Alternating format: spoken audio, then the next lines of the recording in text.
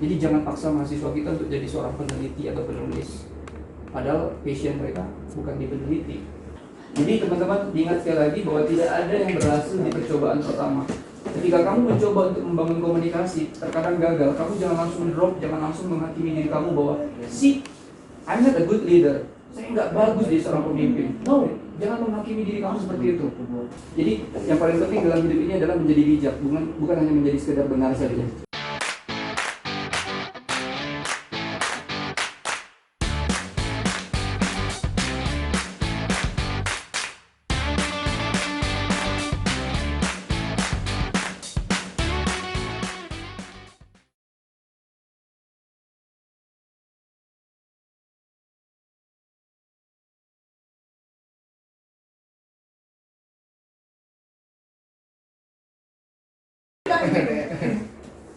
Jadi gini sebenarnya, saya tuh senang banget kalau bisa banyak bantu teman-teman nantinya perihal OJT atau magang. Karena teman-teman malam kita kemarin sampai malam banget tuh ngebahasnya. Jadi ini pendapat saya aja dulu. Kalau teman-teman tanya pendapat saya tetap berpikiran bahwa OJT Januari 2021 itu saya tidak pernah setuju. Saya nggak pernah setuju dengan ya OJT di bulan Januari 2021. Saya sangat tidak setuju. Jadi banyak kekurangan, banyak kelemahannya. Kelemahannya yang pasti yang pertama, kondisi COVID belum bisa terjamin, ya. Ya betul. Saya takutnya teman-teman berangkat, teman-teman tuh ada beberapa yang maaf kata nggak amin ya, ada penyakit bawaan. Ini kan COVID ini kan paling ganas menyerang yang ada sakit paru-paru sama pernapasan atau asma, ya. Takutnya teman-teman medical check up pun, tapi ternyata medical check up-nya cukup dengan puskesmas saja. Puskesmas dapat surat keterangan sehat, berangkat. Kita nggak tahu di tempat OJT sana yang kamu nanti akan berhadapan dengan tamu-tamu seperti apa tuh, dengan semua dia punya latar belakang. Jadi itu yang satu. Jadi yang kedua, saya nggak setuju karena hotel pun sebenarnya masih belum terlalu stabil, ya, dalam hal tamunya. Jadi tamunya itu masih sangat-sangat sedikit, ya. Padahal kalau kita bisa bilang politeknik itu jantungnya, ya, pembelajarannya ada di OJT magang. Jadi 2 kali kamu selama perkuliahan dapat OJT, itu sebenarnya jantungnya pas masuk itu sebenarnya jantungnya pas masuk itu sebenarnya jantungnya pas masuk Buat saya cuma satu aja. Ini bukan sosok benar ya, tapi saya selalu pegang ini kok. Anak saya masih kecil, tapi suatu hari nanti anak saya seperti kamu semua. Artinya dia mungkin wisuda dan keluar kota Batam, ninggalin saya, orang tuanya. Saya berharap suatu hari nanti itu terjadi. Ada dosen-dosen yang benar-benar menjaga dia seperti bapaknya dulu jaga anak orang seperti sebelum-sebelumnya. Gitu. Saya nggak ngerasa diri saya paling baik, saya nggak ngerasa paling benar, saya nggak ngerasa saya paling hebat, tidak. Tapi saya pikir kampus atau organisasi dimanapun kami berada nanti butuh orang-orang yang bisa bekerja sama, bukan butuh orang-orang pintar. Kelemahan kampus mereka terlalu percaya dan mempekerjakan orang-orang pintar toh, tapi nggak bisa bekerja sama. Nah, harapan saya sama teman-teman mahasiswa di sini, kamu itu tidak cukup jadi pintar saja. Ya, pintar itu adalah sebuah bonus. Gitu, ya, sebuah bonus. Artinya ketika memang Tuhan kasih kamu pintar, yang harus kamu lengkapi itu adalah kamu mampu bekerja sama. Saya hampir sama dalam hal kayak gini kayak Bill Gates ya. Atau Bill Gates kan, Microsoft. Dia selalu bilang bahwa saya sangat senang mempekerjakan orang-orang yang malas, bahkan yang kita dianggap bodoh gitu. Karena orang-orang yang malas dan orang-orang yang dianggap bodoh ini sering sekali ketika dikasih tugas, dia berusaha dapatkan cara untuk mengerjakannya paling simpel, ya, karena dia malas gitu loh. Gimana caranya supaya pekerjaan ini bisa cepat selesai? Dengan cara seperti itu dapatlah si Microsoft sebuah pola baru, SOP baru yang bisa diikutin. Orang-orang pintar justru sebaliknya. Ya, mereka selalu berpikir bahwa kalau dapat masalah seperti ini, mereka akan melihat orang-orang sebelum-sebelumnya menyelesaikannya seperti apa atau SOP-nya seperti apa, dan cenderung dia ngikutin tuh. Ya, kalau orang malas kan enggak. Kuliah gimana bagusnya seperti itu. Apalagi coba, ada lagi? Ayo boyband.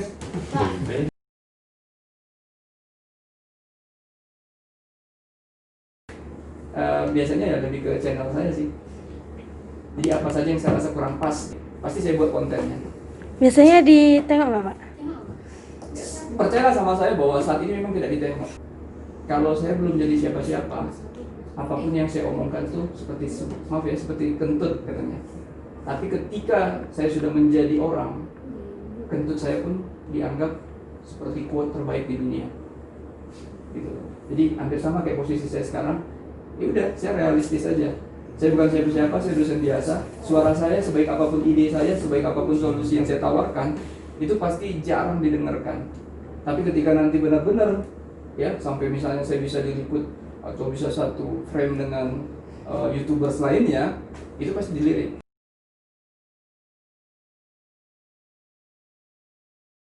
Saya penting ngasih tau ini sama teman-teman karena teman-teman ini saya lihat calon-calon ya minimal manager, bukan supervisor. Kalau kamu terlalu fokus dengan skill kamu toh, bagaimana masak, gimana menggarnish supaya cantik, menurut pendapat saya pada akhirnya kamu akan tertinggal. Ya, berurusan dengan benda mati seperti garnish, ya, dengan plating, menurut pendapat saya itu sangat bukan sangat, itu tidak sesulit ketika kamu berhadapan dengan manusia. Artinya apa? Ketika kamu punya usaha, produk kamu sudah bagus, tapi kamu nggak menguasai seni memimpin, kamu punya karyawan, nggak ada yang respect sama kamu. Karena kamu nggak menguasai yang namanya interpersonal skill, hubungan bagaimana berinteraksi satu sama lain, gitu loh. Ya, jadi maksud pendapat saya itu, ayo penting nih. Ya, pada akhirnya kamu buat produk pasti nanti harus orang lain yang ngerjain. Karena seorang pemilik bisnis dia nggak boleh fokus sama buat produk ini toh gitu. Dia harus fokus sama yang namanya gimana dapetin pasar lebih banyak lagi, lebih besar lagi. Jadi promosi itu jadi di kepala dia gitu, bukan produksi. Jadi jangan terkecoh antara produksi dengan promosi. Pemilik harus fokus kepada promosi. Bahkan ada begitu banyak produk di dunia ini yang sebenarnya tidak terlalu bagus, tapi karena si pemiliknya jago promosi, dia jadi lebih bagus. Ya, jadi setiap kita kalau mau fokus kuliah sekarang, fokuslah bagaimana cara kamu menjual. Ya, ingat ya, ini ya, yang cowok-cowok terutama. Banyak nih kita lihat ya, ada cowok ganteng, ya, tapi bisa dibilang mendekati cewek selalu gagal. Ya, bukan berarti dia nggak punya cewek, tapi dia coba deketin cewek tapi gagal terus. Tapi ada cowok yang wajahnya mungkin maaf kata itu biasa aja, tapi banyak banget ceweknya. Mana sini? Mana sini? Karena dia jago menjual tuh biasa, ya kan? Jadi itu sering sekali, sama kayak kamu cewek. Nanti kan kamu paling sulitnya ketika ketemu sama ibu mertua. Ingat ya, dalam sebuah pernikahan yang paling sering berantem itu bukan kami laki-laki dengan mertua kami cowok. Yang paling sering berantem itu adalah kamu cewek dengan mertua kamu cewek atau mama kami, ibu kami. Jadi kalau kamu nggak pintar menjual, kalau kamu nggak jago dalam hubungan antar manusia, pada akhirnya seperti itu. Kamu punya hati nurani baik, suka membantu, tapi kamu nggak bisa menyampaikannya dengan cara yang baik, elegan kepada calon mertua kamu. Masalah kamu di situ. Ya, itu juga alasan kenapa sampai sekarang Yusa sama Ivana belum jadi jadian.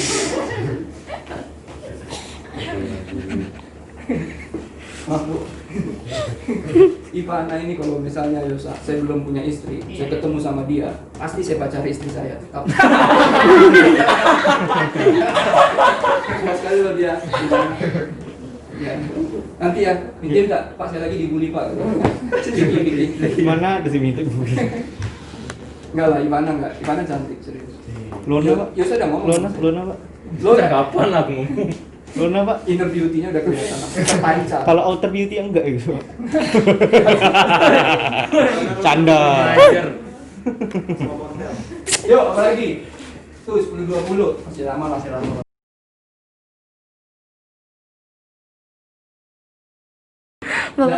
Masalah kita tuh simpel saja sih. Jadi artinya kita terlalu tidak berani berinovasi kalau saya ya, si inovasi yang saya pinginkan pertama adalah satu, skripsi harus dihapuskan dari politeknik ini. Itu inovasi yang harus berjalan. Itu nggak melanggar aturan kok. Ya, saya lebih bangga misalnya Priska itu dia jelek banget dalam hal penulisan skripsi, tapi dia menghasilkan sebuah produk entah itu pastry ataupun kitchen punya, dan itu benar-benar diakui sama masyarakat. Ya, jadi jangan paksa mahasiswa kita untuk jadi seorang peneliti atau penulis, padahal passion mereka bukan di peneliti. Sayang loh, ya. Mendingan ya udah lepaskan aja. Aldo misalnya mau di passion mana dia, udah di situ aja. Ngambil. Contohnya inovasi itu banyak ya. Sorry to say lagi kita harus apa ya saya bilang. Ini semoga bermanfaat buat kamu. Saya belum pernah melihat di organisasi manapun. Tapi kalau saya berubah pikiran dan saya mau jadi direktur misalnya, seandainya saya dipercayai, yang saya lakukan pertama kali adalah inovasi dalam hal struktural. Artinya adalah semua dosen-dosen saya itu saya kasih kesempatan. Misalnya kamu semua pegawai saya, dosen-dosen DPP ini. Iya. Ya, saat ini kan Pak Agung, Pak Prodi, Bisa. terus Pak Andri, terus Pak Yos di FI. Wadirnya, wakil direkturnya ada Pak Yos, ada Bu Siska Rongko, ada Bu Dia. Yang saya lakukan adalah inovasi, bukan sekadar reformasi posisi gitu. Jadi inovasinya adalah seperti ini. Untuk tahun 2020 ini, saya percayakan ke Prodi Kulineri di tangan Lona. Ya. Amin ya Pak. Tapi saya kasih kesempatan dia hanya mungkin paling cepat 1 tahun atau paling lama 2 tahun. Mau bagus kerjanya dia di Prodi, jadi kepala program studi, di 2023 dia harus digantikan dengan misalnya dia. Begitu juga terus selanjutnya. Itu baru satu posisi selanjutnya. Saya hanya berpikir bahwa karyawan atau dosen saya ini semuanya punya kemampuan, punya ide. Ya. Cuma mereka tidak dikasih kesempatan aja untuk yang menemukan idenya. Sering sekali kita merasa bahwa siapa aja yang sudah berada di posisi itu berarti dia hebat. No. Yang paling hebat itu adalah ketika kita bisa kerja tim, bukan kerja bersama-sama. Bedakan antara kerja sama dengan kerja bersama-sama ya. Ya, contohnya Priska adalah dia ngerjain sesuatu, saya juga ngerjain sesuatu, itu kerja bersama-sama. Tapi yang diharapkan itu adalah bisa kerja tim, kerja sama. Artinya apa? Priska bisa nutupin saya punya kelemahan, saya bisa nutupin kelemahannya Priska, itu kerja sama. Jadi yang paling mendasar itu kalau menurut kakak saya itu kalau bisa terjadi, ya baru nanti ada lagi reformasi semacam saya bilang, ya kita bilang apa lah. Jadi gitu, semuanya kita itu harus bisa produktif dan dihargai dengan penghasilan. Ya, penghasilan. Jadi saya lebih senang menggaji orang dengan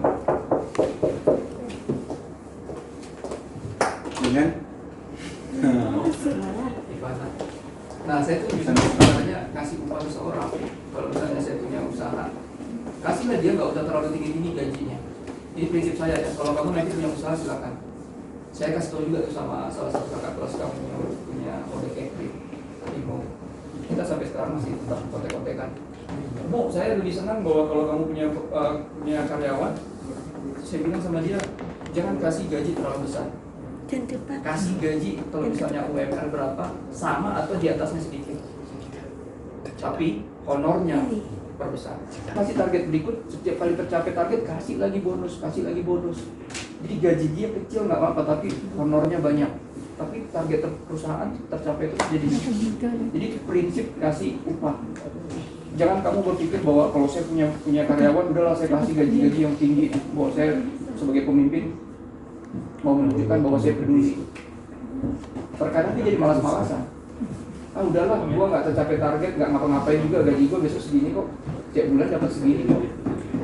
Mendingan gaji kecil tapi honornya besar, kasih terus. Itu jauh lebih bagus gitu. Istri juga kayak gitu kok, senangnya di rumah. Ya, tiap bulan kita kasih segini, tapi tiba-tiba selama 1 bulan itu, apalagi nih bang, ada lagi bang. Sum dong. Iya. Gitu loh. Ya.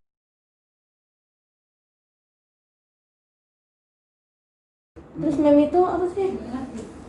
Enggak itu. Enggak apa. Anu. Coba sih. Nggak open-minded sama mahasiswa itu. Ya. Itu menjadi masalah sebenarnya teman-teman. Sering sekali saya suka ilustrasi yang saya lihat di sosmed ya. Seorang pemimpin, ini jurang, dia berdiri di atas papan, ya. Jadi dia di jurang itu, papannya dekat atas jurang. Jadi si pemimpinnya ngomong tuh di sini, pakai podium.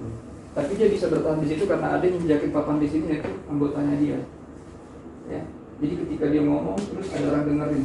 Tapi ketika dia ngomong tidak open minded lagi, bisa jadi orang-orang anggotanya ini akan ninggalin dia. Akibatnya ketika orang-orang itu tidak dengerin dia lagi, apa yang terjadi? Roboh lah. Dia jatuh ke jurang. Ya, jadi ini yang sering terjadi ketika orang-orang tidak mengerti seni memimpin. Ya, seni memimpin itu kalau saya bilang simpelnya satu aja. Kalau kamu menguasai seni menghargai, kamu akan jadi pemimpin yang baik. Seni menghargai. Ya, kalau Pak, gimana Pak belajar seni menghargai untuk jadi pemimpin yang baik? Saya bisa bilang, latih satu hari dalam 24 jamnya, kamu harus bisa menghargai orang minimal 8 kali. Saya waktu mencoba ini di Bandung ketika sudah jam 11 malam, saya mau tidur dan ternyata saya belum melakukan satu penghargaan terhadap satu orang pun selama satu hari itu. Saya bangun, saya pergi ke Pecel Lele, saya makan di situ. Saya hitung saya bisa menghargai orang tapi dengan jujur dan benar-benar dari hati ya. Baru saya tidur. Jadi satu hari harus dilakukan 8 orang yang harus kamu puji, yang harus kamu kasih penghargaan. Tapi tidak boleh dibuat-buat. Dengan cara seperti itu ketika kamu jadi pemimpin, kamu sudah lebih mudah tuh melihat kebaikan-kebaikan yang bisa kamu puji dari orang tersebut. Gitu loh. Kebanyakan pemimpin kan nggak berat banget rasanya untuk mengakui bahwa oh, si Aldo ini bagus anaknya. Yang dia tahu kamu nggak berguna kan gitu terus kan. Pak Dev, dulu ada tuh pemimpin kami gini, saya tak sebutin orangnya lah. Saya nggak aneh itu sama hal kayak gitu. Dia meminta kami terlalu banyak, tapi ketika kami berhasil jarang sekali dipuji. Hati-hati, kamu dapat sekarang posisi supervisor nih. Coba praktekkan. Satu hari 8 gitu. Kayak saya sama security. Kalau memang security itu lagi pakai dia punya seragam baru, kamu harus menghargai dia. Pak, lain sekarang baru tuh kayak safari. Biasa aja Pak Dev. Kayak gitu saja. Itu udah satu hitungannya.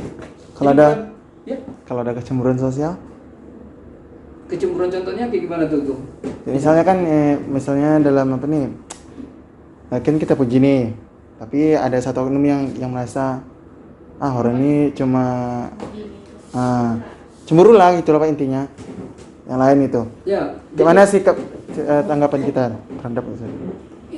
Nah, teman-teman, kenapa? Harus bedakan antara pujian dan sanjungan. Sanjungan itu negatif, pujian itu positif. Jadi semua yang berasal dari hati itu pujian. Jadi jangan juga kita baru sekali melihat orang ini udah langsung, wow, saya suka sama kamu ya, kamu orangnya rajin nih. Kalau general cleaning kayak gini gitu. Ya, di depan orang banyak juga. Kalau kamu ragu, lakukan itu hanya untuk 4 mata saja, dengan dia saja, tanpa harus ada yang lain dengar. Gitu. Jadi pujian ada yang memang kita harus di depan orang banyak, ada juga yang tidak. Tapi sekali lagi harus dari hati yang paling dalam. Ya.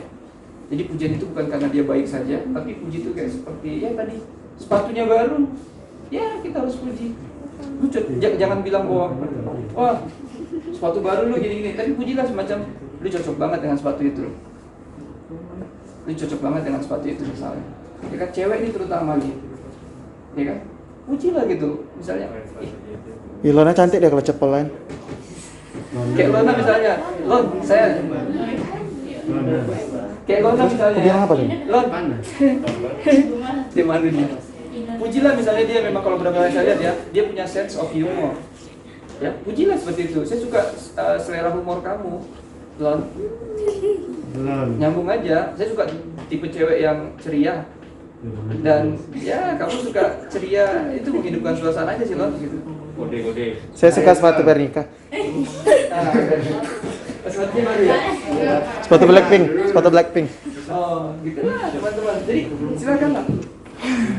Kalau memang cantik dia cantik bilang. Iya kan? Kalau dia memang ganteng.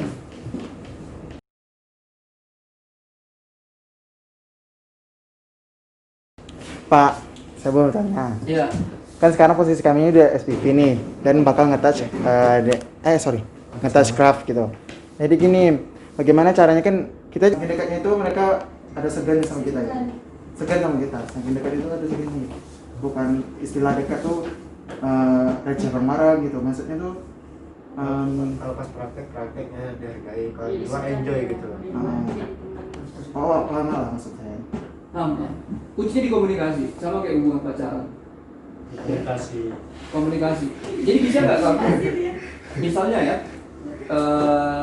briefing antar dua kelas aja tuh, kelas kamu supervisor dan kelas craft. Briefing, udah terus lama-lama maksimal 1 jam misalnya, tekankan di situ bahwa jadi teman-teman kita pingin asik ya, jadi pada saat kerja saya pingin profesional, tapi saya pingin berhadapan dengan orang-orang yang dewasa. Orang-orang dewasa itu adalah no hard feeling, nggak baper gitu loh. Dan saya berharap teman-teman craft sekarang adalah orang yang nggak baper. Karena kamu baper tapi kamu belajar mau jadi dewasa, sama kami juga lagi belajar nih. Jadi kita saling bantu ya. Artinya adalah kita pingin sebuah praktek yang benar-benar santai tapi tetap profesional. Tapi di luar itu sudah benar-benar jelas tidak ada lagi hubungannya dengan praktek. Jadi jangan bawa masalah praktek di luar. Jadi apapun yang teman-teman inginkan, komunikasikan itu dalam sebuah forum. Tapi kalau ternyata dalam sebuah forum itu pecah, artinya memang benar-benar nggak bisa satu, ada aja anak-anak yang craft kamu yang susah diatur, dan ada juga mungkin teman-teman satu kelas kamu yang terlalu mungkin dia terlalu overconfidence sehingga kelihatan seperti ingin menonjol sendiri, ingin mengatur sendiri. Ya itu bicarakan juga 4 mata. Tarik saja nggak apa-apa setelah selesai. Misalnya Bu Maldi masih craft gitu ya, saya supervisornya. Ketika dia terlalu vokal pada saat briefing tadinya, Gum, ayolah kita sama-sama belajar ya, bagaimana juga kami pasti punya kesalahan. Teman-teman kita, ya harapan kami cuma ini aja kok. Gue nggak semuanya macam.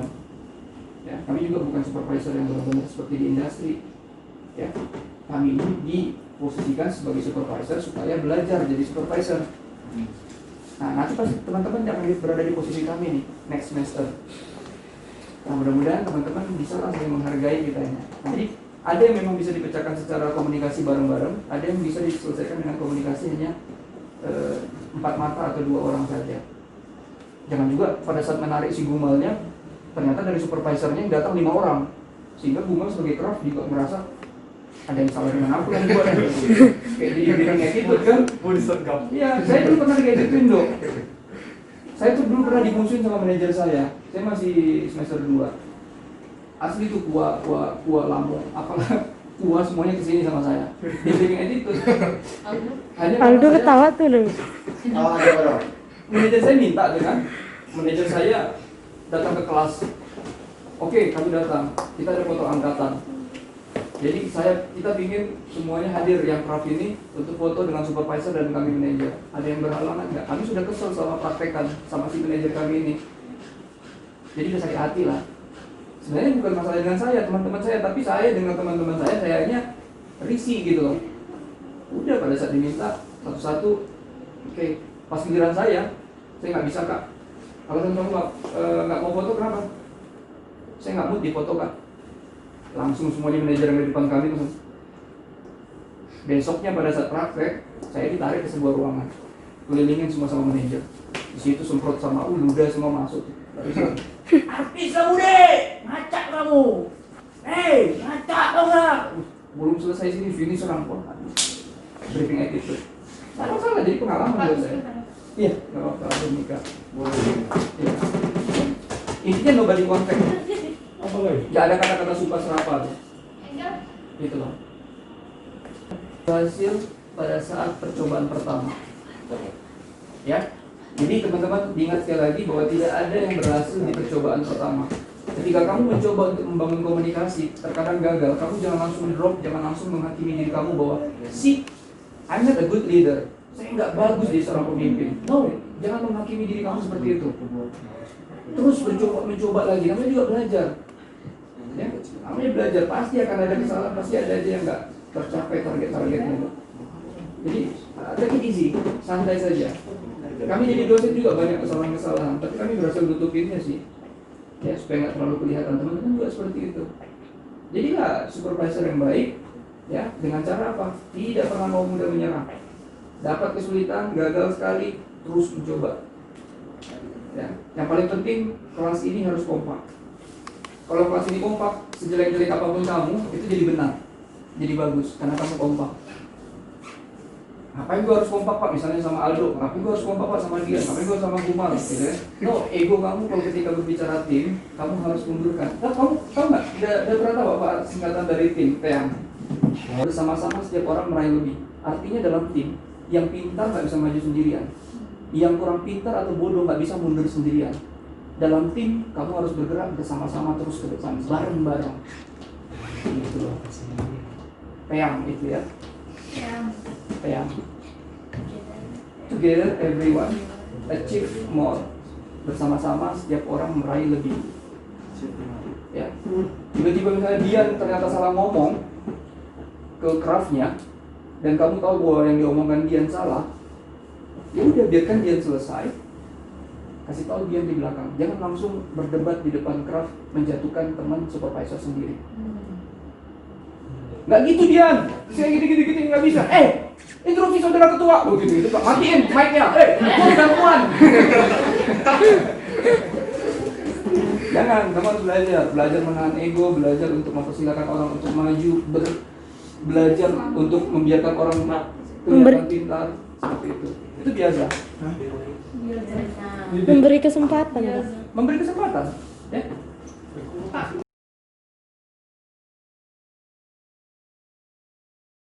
Kalau menghadapin orang yang merasa benar tuh gimana? Kan nggak semua yang benar, tapi dia merasa benar.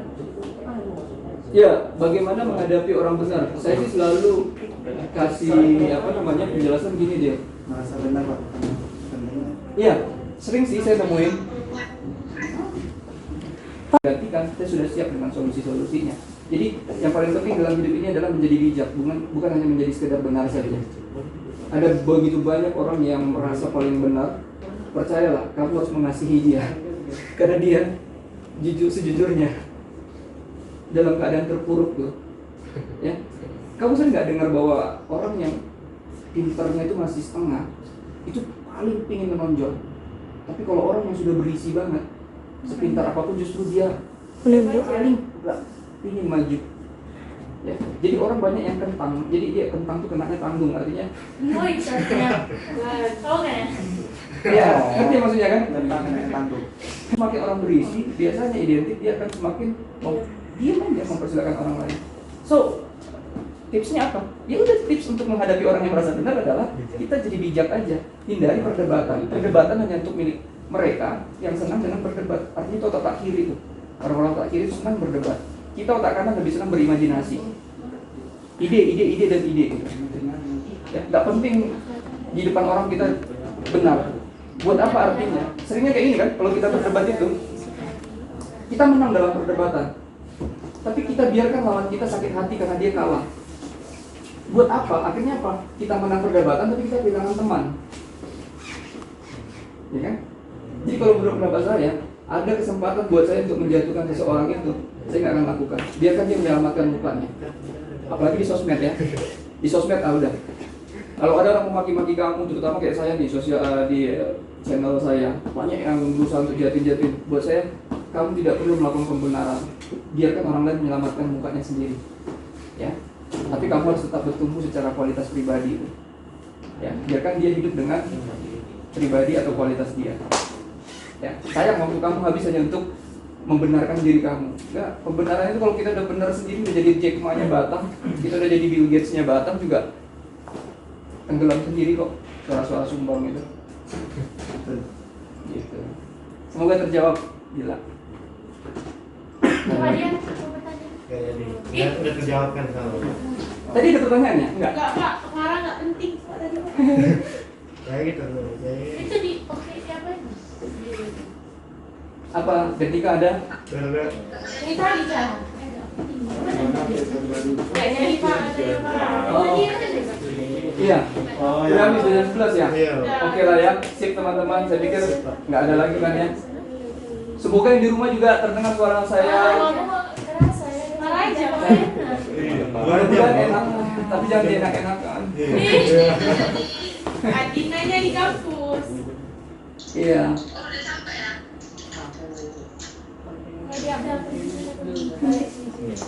Oke, besok kita jam 8 masuk ya. Ya, kalau dikit nggak apa-apa. Tapi kita di kelas. Saya Kok pingin. di kelas, Pak? Oh iya, bisa nggak ya di situ ya? Bisa. Main game apa? Iya. Itu kontennya mana? Main Uno. Saya sebenarnya ingin masuk ke people management. Ayo, boleh. Yang hepatitis sama yang stilis tadi. Mau lah Pak. Sipilis. Silakan. Sipilis. sit ya, besoknya di sit ya. Jadi biar sama dengan kelas yang culinary lainnya. Sipilis nggak tahu penyakit itu loh. Yang lahir. Saya tanya-nanya Kak. Kalau untuk prevention sih. Udah ya teman-teman, baik para queen dan teman-teman semua yang ada di kamar saat ini, terima kasih banyak untuk hari ini. Ya, tetap sehat selalu dan thank you very big and God bless you all. Wow, jangan lupa. Thank you ya, sudah 1000 subscriber. Iya, Kak. Dia siapa sih? Kakak udah Pak. Iya, Kak. Iya. Terima kasih, Iya, Pak. Boleh ya, Pak. Oke, Terima kasih.